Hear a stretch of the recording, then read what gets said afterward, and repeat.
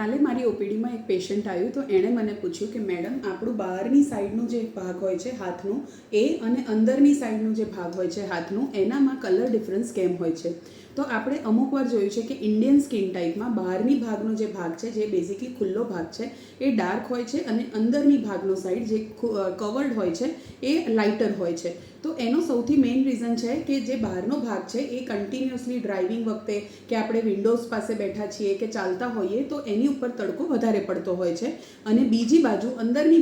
બાજુનો જે ભાગ છે એ આપણો પ્રોટેક્ટેડ હોય છે, કવર્ડ હોય છે, એની ઉપર તડકો એટલો પડતો નથી. તો એ સૌથી મોસ્ટ કોમન રીઝન છે કે તમારો બહારનો ભાગ જે છે ખુલ્લો ભાગ છે એ ડાર્ક છે અને અંદરની ભાગનો જે ભાગ છે એ લાઇટ છે. અને ત્રીજી વસ્તુ છે કે જ્યારે પણ આપણે કપડાં પહેરતા હોઈએ, સ્પોર્ટ્સ રમતા હોઈએ કે પછી આપણે નહાતા હોઈએ તો આ ભાગને વધારે ઘસતા હોઈએ છીએ. તો એ ઘસારાના લીધે પણ આપણો એ ભાગ જે છે એ ડાર્ક થઈ જતો હોય છે અને એ બાળપણથી નથી હોતું, ધીમે ધીમે આવી રીતના તડકાથી એક્સપોઝર થવું, ઘસારો થવો એના લીધે તમારો જે બહારનો ભાગ છે એ કાળો પડતો જાય છે અને અંદરનો ભાગ જે છે એ લાઇટ રહેતો હોય છે. આનાથી બચવા માટે રેગ્યુલરલી મોઇશ્ચરાઇઝર યુઝ કરવું, સનસ્ક્રીન યુઝ કરવું, બહાર નીકળતી વખતે ફૂલ બાયના કપડાં પહેરવા અથવા ગ્લવ્સ પહેરવું અને જો તમને પિગમેન્ટેશન હોય તો ડર્મેટોલોજિસ્ટની સલાહ સાથે તમે ડીપિગમેન્ટેશનવાળી જે ક્રીમ્સ છે એ યુઝ કરી શકો છો. Thank you.